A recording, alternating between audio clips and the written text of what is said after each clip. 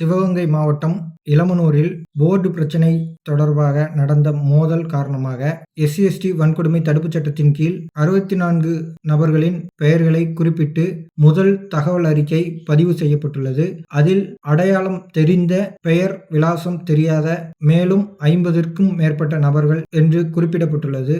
இதுவரை இந்த சம்பவம் தொடர்பாக SC/ST வன்கொடுமை தடுப்புச் சட்டத்தின் கீழ் 5 நபர்கள் கைது செய்யப்பட்டு சிறையில் அடைக்கப்பட்டுள்ளனர். 61 வயதான தென்னரசு, 50 வயதான கண்மணி, 52 வயதான நாகசாமி, 65 வயதான வாசு, 52 வயதான தங்கதுரை ஆகியோர் கைது செய்யப்பட்டுள்ள நிலையில் மேற்கொண்டு பிரச்சனைகள் எதுவும் எழாத வண்ணம் சிவகங்கை, இளமனூர் மற்றும் அதனை சுற்றியுள்ள பகுதிகளில் காவல்துறையினர் தேவையான பாதுகாப்பு ஏற்பாடுகளை செய்து வருகின்றனர். குற்றம் புரிந்த எதிர்த்தரப்பினர் மீதும் வழக்கு பதியப்பட்டுள்ளதாக காவல்துறை தரப்பில் தெரியப்படுத்தப்பட்டுள்ளது. விரைவில் அந்த பகுதியில் இரு தரப்பினரிடையே சமாதான கூட்டம் ஒன்றை நடத்தி அமைதியை நிலைநாட்டுவதற்கான முயற்சிகளை செய்யப்போவதாக மாவட்ட நிர்வாகம் சார்பிலும் மாவட்ட காவல்துறை சார்பிலும் தெரிவிக்கப்பட்டுள்ளது.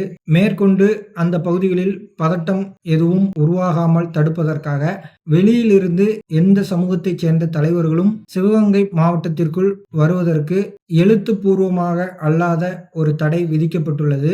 அதன்படி அனைத்து சமுதாய தலைவர்களும் தீவிரமாக காவல்துறையினரால் கண்காணிக்கப்படுகின்றனர். மேற்கொண்டு எந்த தரப்பினரும் போராட்டமோ அல்லது ஆர்ப்பாட்டமோ நடத்தாத வண்ணம் காவல்துறை முன்னெச்சரிக்கை நடவடிக்கைகளில் ஈடுபட்டு வருகின்றனர். அதையும் மீறி ஈடுபடும் நபர்கள் மீது தேவையான தக்க நடவடிக்கைகளை எடுக்கவும், முடிந்தால் கைது நடவடிக்கைகள் எடுக்கவும் காவல்துறை தயாரான நிலையில் இருப்பதாக காவல்துறை தரப்பில் தெரிவிக்கப்பட்டுள்ளது.